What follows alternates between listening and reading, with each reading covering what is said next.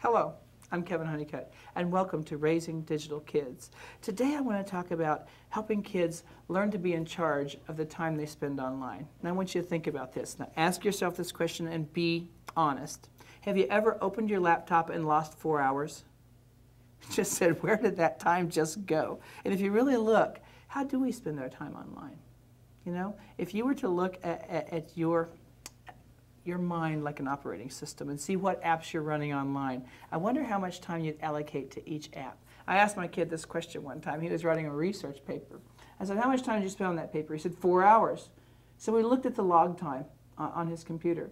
We were using a piece of software to really see how long he was in each application. Well, it turns out he was in Word, where he was writing the paper, for under 5 minutes in that 4-hour period. As I started looking at the other sites, he looked just as amazed as me.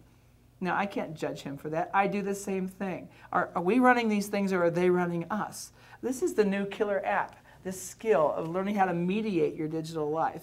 How do you decide? How do you decide? And I think part of what we got to teach kids who have no concept of time, you notice how they'll say, oh, I only need 15 minutes to be done, and they really need 3 hours? That's part of growing up, growing that part of the brain they call the frontal lobe that understands how time really works, how deadlines really work. So if we're going to teach kids anything, I think we've got to lead by example and teach them how to moderate and use the time they spend online wisely, right? So they give themselves recess on Facebook. Well, that shouldn't go 3 hours, right? So we've got to talk about that, but I think we have to check ourselves there too and lead by positive example. Thanks for watching. We'll see you next time on Raising Digital Kids.